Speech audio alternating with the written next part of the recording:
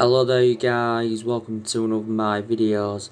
So Manchester United have been drawn away to Reading or Luton Town in the Carabao Cup third round, and ties will be played I think on the 22nd and the 23rd of September. The whole draw has been done by the way, but I actually know I haven't seen all of the draw. Now obviously we won the League Cup back in 2017 under the Jose Mourinho, where that's the last time we won it. We obviously won the League Cup on 4 occasions under the Sir Alex Ferguson era. We went out of the third round of the League Cup back in 2018 to Derby. They had beaten us 8-7 on penalties. Don't forget last season we got to the League Cup semi-final. So yeah, it is Reading or Luton Town. So, let's delve into something else now. I think Ole Gunnar Solsjaker deserves to be backed more in this summer transfer window. Because Solskjaer has expressed his frustration to Ed Woodward. Main explanation is because of the lack of transfer activity.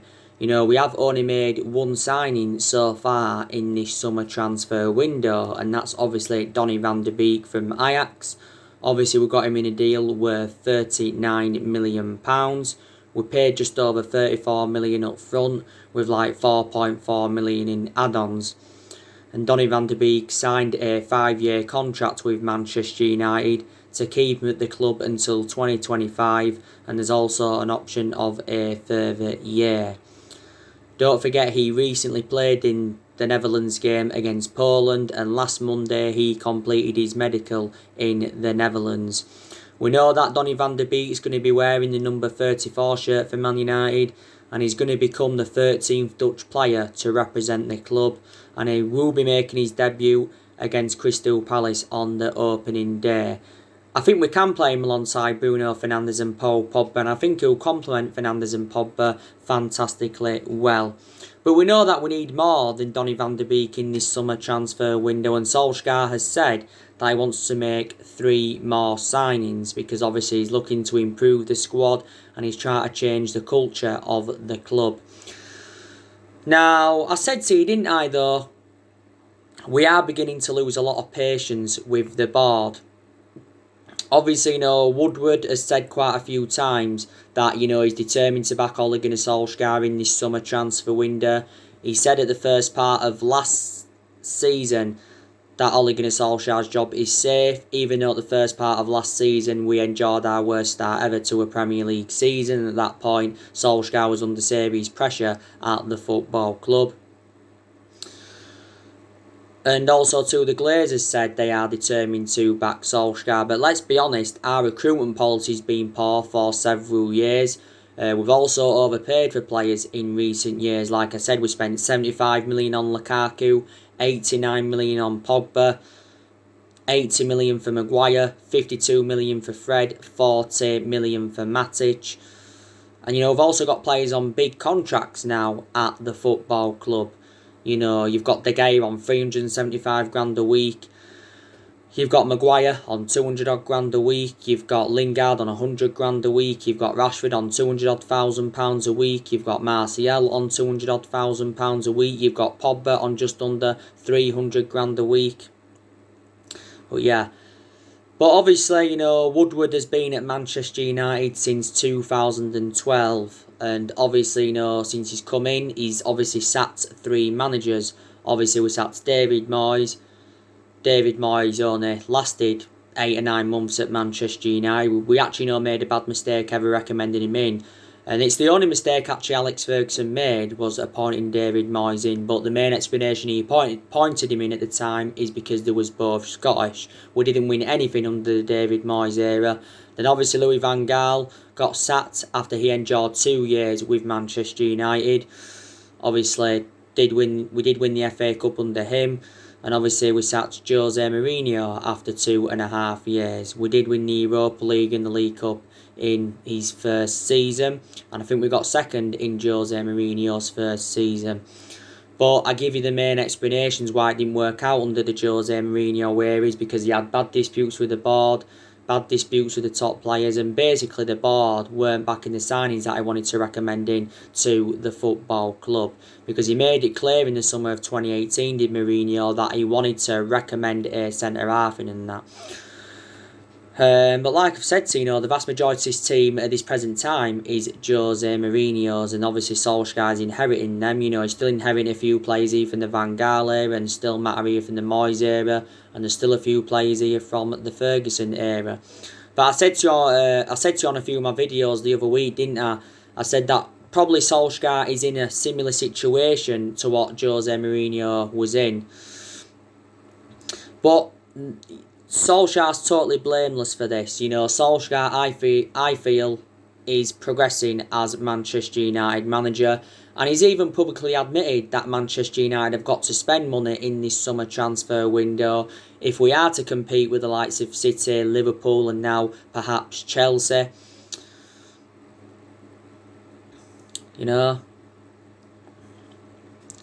So he's definitely blameless. He really, really is. And obviously, so far at the football club, Solskjaer has spent just over £200 million. Obviously he's made 5 permanent signings.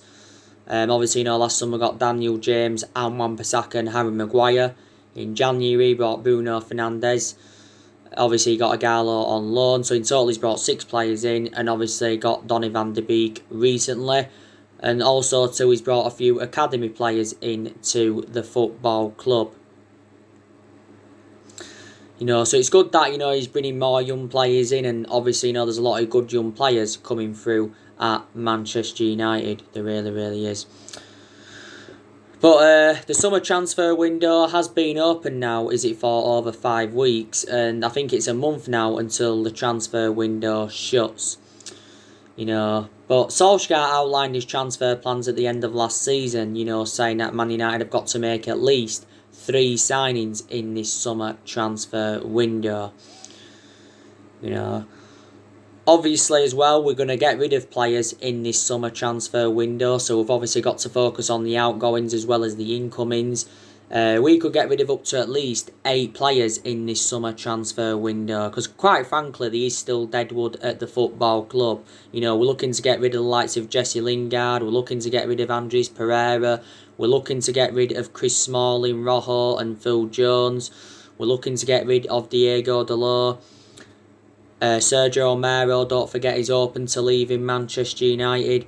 Eric Bailly and Victor Lindelof's futures are uncertain at the club, but I think they will remain at Man United for one more season. Mata, I think he will remain at Man United for at least another season, and I think Matic will remain at Man United at least for another season. But we sell players in this summer transfer window, will generate money, and of course it will help us with our rebuilding process. I've already said to you that Solskjaer has got to put Dean Henderson as number 1 this season, because I think Dean Henderson is reliable enough now to become our number 1 goalkeeper, because I feel as though now that Dean Henderson has got that experience behind him, because he recently endured 2 successful loans with Sheffield United, and he was Sheffield United's player of the season. We got Dean Henderson at just the age of 14, and we got him from Carlisle, so he has been part of the club for several years.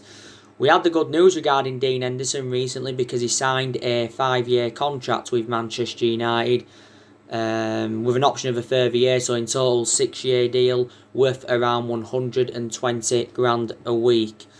Dean Henderson's actually threatened to leave Man United if he isn't assured to be number 1 this season.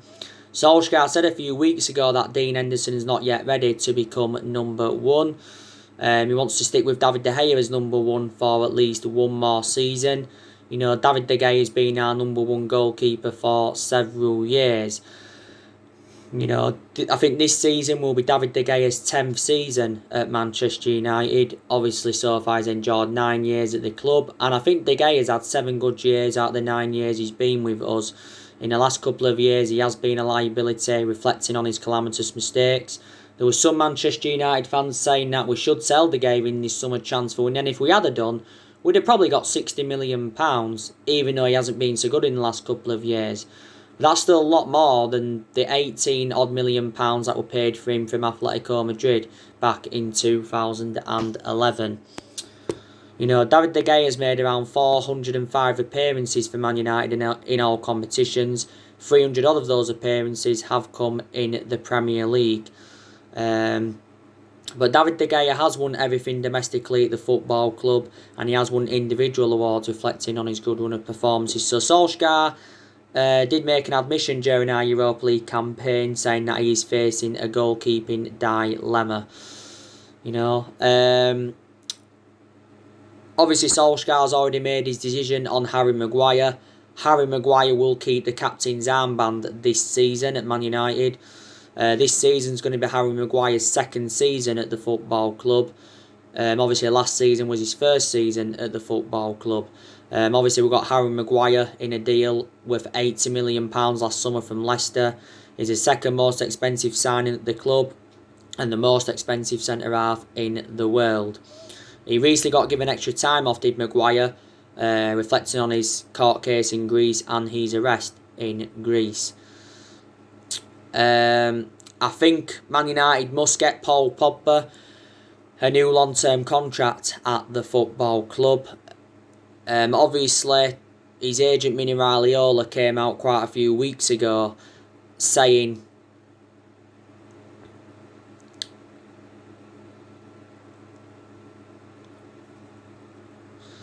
that Pogba will stay at Man United in this summer transfer window, and he said he will hold talks over a new contract.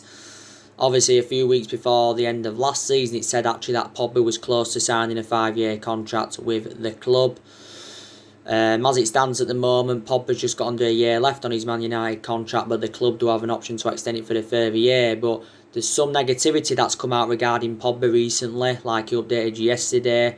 He said that Paul Pogba at the moment is refusing to sign a new contract because he's waiting for his former club Juventus to make an offer. So there's still a possibility chance that Pogba could leave Man United in, the January transfer window. I think it's very, very imperative that we keep Pogba at the football club, because obviously if we got rid of him, we'd find it hard to get a replacement of his calibre. Didn't really have a perception on Pogba for the vast majority of last season because obviously he was out with that ankle injury. Pogba's sustained a few injuries as a Man United player. It wasn't so long ago he celebrated his 4-year anniversary at the club. Pogba's won the Europa League and League Cup so far with Man United. He's made over 100 appearances, I think, in all competitions since he rejoined. But around this time last year, don't forget, Paul Pogba made an admission saying that, he was seeking for a new challenge and he wanted to leave Manchester United, and he was relentlessly linked to a move to Real Madrid. Obviously, there's been a lot of talks about him going back to Juventus. PSG, Barcelona and Inter Milan have been in for him before. But I thought Pogba was exceptional towards the end of last season. I thought his combination with Bruno Fernandes was very, very good. It really, really was. You can say as well, there's probably a decision to make on Odion Ighalo. Like I said, we got Odion Ighalo on deadline day in January. The main explanation why we got him in, because we obviously wanted to cover up to Marcus Rashford, because obviously at the time Rashford was out with this back injury. Ighalo's done well, to be fair, since he's come in. He was our top goal scorer in the FA Cup last season. Don't forget, just after lockdown, we extended Ighalo's loan until January 2021. So what's going to happen? Are we going to let his loan expire, then he'll go back to Shanghai Shenhua, or we're going to inquire about possibly getting him permanently, Ighalo? But there again, obviously, he's just going to be used as a backup now anyway, so I don't know, to be honest with you. Yeah, I don't know.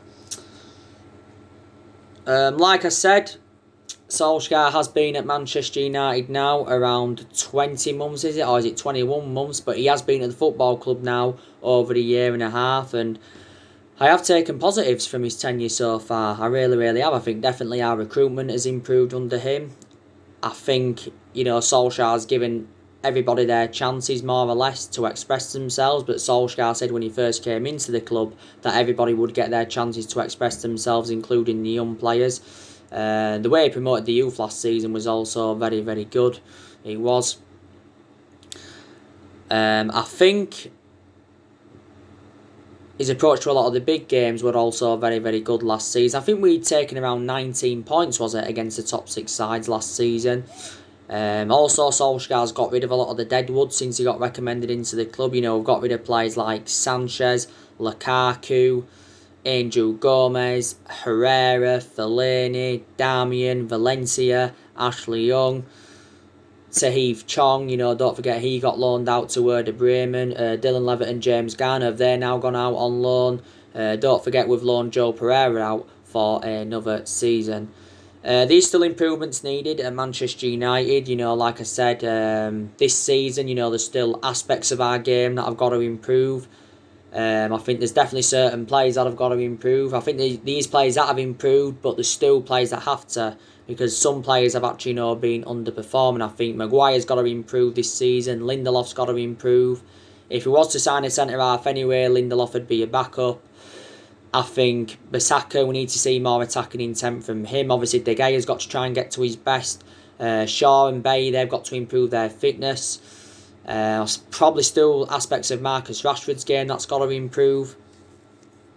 Solskjaer must also improve his decision making as well, because in a lot of games last season he was very tactically naive. He really, really was. You know. But this season is Ole Gunnar Solskjaer's second full season at the football club. It really, really is. Obviously, last season was his first full season at the football club. And to be honest with you, last season I thought Solskjaer did well. You know, he exceeded most of his expectations. Like I said, he got us to 3 semi-finals. He got us qualification for the Champions League, and he also got us third. The only thing that let us down last season that we didn't win a trophy, and we've not yet won out in terms of silverware under the Ole Gunnar Solskjaer era. But I think one of the expectations this season will be to win a trophy. I think for us to challenge for the title this season, obviously, you know, we've got to make a few more signings at least. I think probably another one of the expectations this season will be to challenge for the Premier League title. Don't forget, you know, we haven't won the Premier League title since 2013. So last time we won it was in Ferguson's last season. We are the most successful team in Premier League history at the moment, because obviously we've won 20 titles and 13 of them are Premier League titles, you know. But we failed to mount a title challenge up in the last 7 years. Don't forget. But it's very, very imperative that we do have a strong start to this season. It really, really is. Our first 2 games, Crystal Palace and Brighton. Obviously, within our first 7 games, though, we've got Tottenham, Arsenal, Chelsea, and Everton, and they're all going to be very, very tough games. They really, really are in that. So, yeah. Now, I just want to talk with you a bit about Thiago Alcantara from Bayern Munich. So, who will Thiago Alcantara join if he is to leave Bayern Munich? Will he come to Manchester United, or will he come to Liverpool? Now, it does mention recently that Liverpool are in advanced talks to sign Thiago Alcantara. So negotiations are at the final stage. Because I think Gini Wijnaldum is set to leave Liverpool. Barcelona are obviously in for him. I think Gini Wijnaldum's just got 1 year left on his contract with Liverpool. But Liverpool said they'll step up their interest if Wijnaldum is to leave them, because Liverpool have got a lot of midfielders in their team. Obviously, Thiago recently denied asking Bayern Munich to leave. Now, Thiago has endured 7 seasons with Bayern Munich.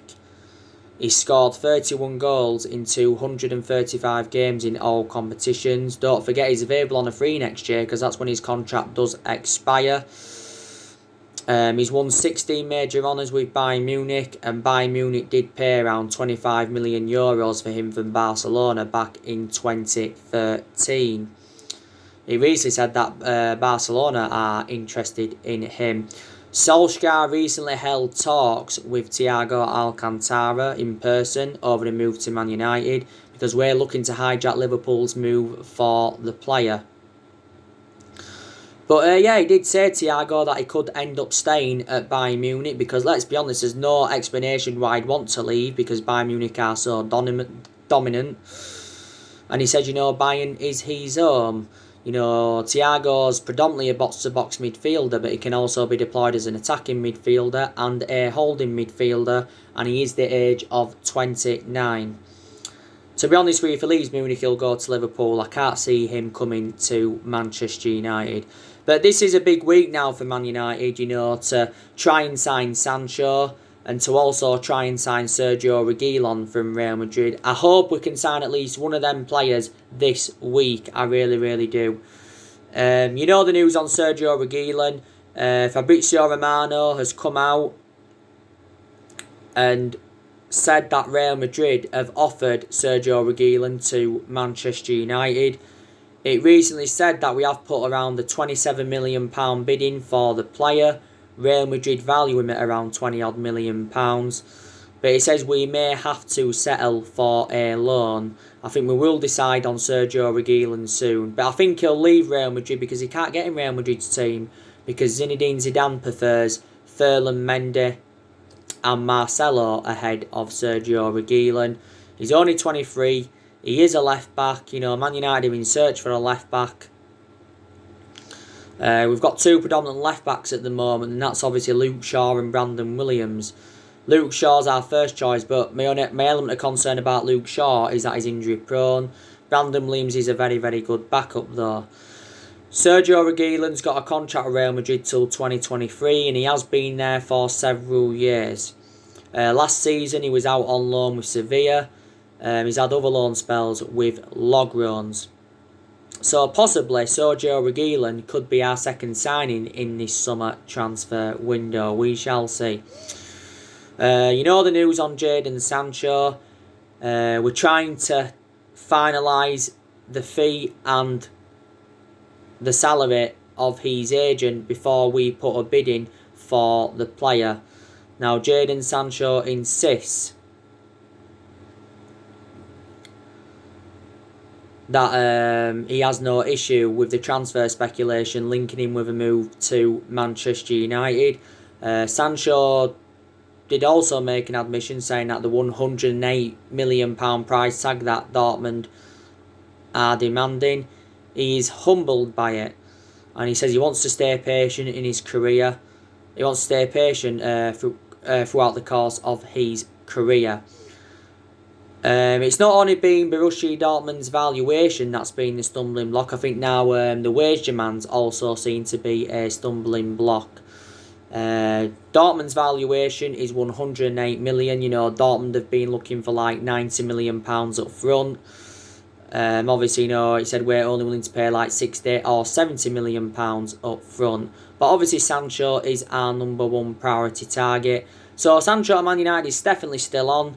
A few weeks ago it did look dead in the water, but don't forget, we are not giving up on the signing of the player unless Sancho publicly says that he wants to stay at Dortmund. Borussia Dortmund's perception, they're very convinced he will remain at Dortmund for at least another season. Sancho still got a contract with Dortmund till 2022. But a few weeks ago it said we had abandoned our chase for the player, and it says we'd abandoned our chase for the player until the summer of 2021 and all of that. 3 or 4 weeks ago it was looking very, very imminent he was going to be coming in, because it said the terms had been agreed, he was going to sign a 5-year deal, but obviously no fee had come to an agreement. We have been looking at a lot of alternatives to Sancho in recent weeks because there is much cheaper solutions than him. On my recent video as well, I give you the breaking news on Antonio Griezmann from Barcelona. Could possibly come to the Premier League now, and I think he's going to end up leaving Barcelona because of Messi. Messi has now obviously decided to stay, but obviously a few weeks ago he put a transfer request in saying that he wanted to leave Barcelona, but at that point Ronald Koeman actually promised Antonio Griezmann Messi's role. Barcelona did pay £108 million to him from Atletico Madrid. He's got a £720 million release clause in his contract. Obviously, no club would pay that for Griezmann, but he's got a contract with Barca till 2024. A few years ago, we came very close to getting Griezmann when he was at Atletico Madrid, but due to Atletico Madrid's transfer ban, we did not get him on the board. So yeah, so many players on our agenda. There really, really is. But like I've said to you, I don't know if Ole Gunnar Solsjaker is the right manager for Man United. You know, I think this season he's definitely going to tell the story. But it is a transition period for Man United. And let's be honest, it has been a transition period for a while. Another good thing as well, you know, we have extended a lot of players' contracts since Solskjaer came in. You know, the recent players to sign new contracts were obviously, like I said, Dean Henderson, Williams signed a 4-year deal. Matic signed a 3-year deal. McTominay Waste, I think it was second game after lockdown last season, he signed a 5-year deal with the club. We've still got, is it around 6 or 7 players' contracts that are due to expire next year.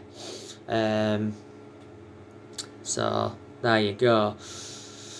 But, you saw one of my other videos that I did, and I went through with you how Manchester United can win the title under Solskjaer, and that's obviously making at least 5 signings in this summer transfer window. Also keeping our imperative players at the club, so it's very imperative that we keep Rashford, Martial, Pogba. I think Fred, it's important that we keep him, even though now he has lost his place in the team. You know, McTominay, keep him. Matic, give him another season at least. Shaw, keep him. Keep the signings that Solskjaer's brought in. Maybe James. Well, actually, James. Do you think we should loan Daniel James out? But, yeah. So, I don't think we'll win the title this season. I don't. Because it's obviously teams that are better than us at the moment. You know, City are strides ahead of us and Liverpool and that are strides ahead of us. But it's going to take, obviously, a long rebuilding process. You know, Solskjaer needs at least a few more transfer windows. He does. He really, really does. But, like, revert back to what I said about Donny van der Beek earlier on in the video, I think that is the first piece of good news for Man United in this summer transfer window, because everything was going wrong up until that point. You know, we had the incident with Maguire. And Wan-Bissaka's had to quarantine 14 days, because he said he was set to miss the start of pre-season training. Pogba got tested positive for COVID. Rashford got an ankle injury as well. You know, that's him out injured again. You know, we had Brandon Williams out injured. Is he still injured now? I don't know. And it took us a while, though, to get our first signing on the board, you know. But we do take a long while to get signings. We really, really do. But with the Donny van der Beek, you know, it wasn't really a long saga, was it? You know, he wasn't our number one priority target, you know. It just happened all of a sudden. It really, really did. But, like, with the Sancho, that's been a long saga. We've been in negotiations for such a long time, and you know, we've still not yet got him on the board, and I think we've been in for Sancho for like the last 3 years or so, you know. But like I said, in regards to Solskjaer, I want his managerial tenure at Man United to work out. I really, really do. He's learnt a lot since he's come in. You know, Man United is the 3rd club in his managerial career, as you all know. I think this season he'll go a lot with that 4-2-3-1 formation. He went a lot with that 4-2-3-1 formation last season. For the Palace game, I think he'll obviously go with his strongest lineup. I think we should have a fully fit squad for the Palace game. Don't forget, we don't kick off against Palace until the 19th of September. But yeah, Solskjaer deserves more backing, and this is why I said it would be beneficial if we could actually get a director of football in. We've been in the process of trying to get a director of football since, like, you know, the Jose Mourinho era and all of that, you know. So yeah. So anyway, guys, that's everything to update you today. Drop your comments, likes below on the channel. If you do, consider subscribe as always, and take care. God bless. See you all again very, very soon.